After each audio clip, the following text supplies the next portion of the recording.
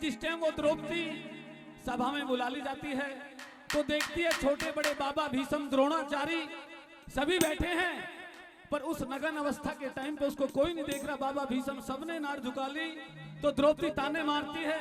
बाबा भीष्म द्रोणाचार्य धृतराष्ट्र को भला क्या बता दिया?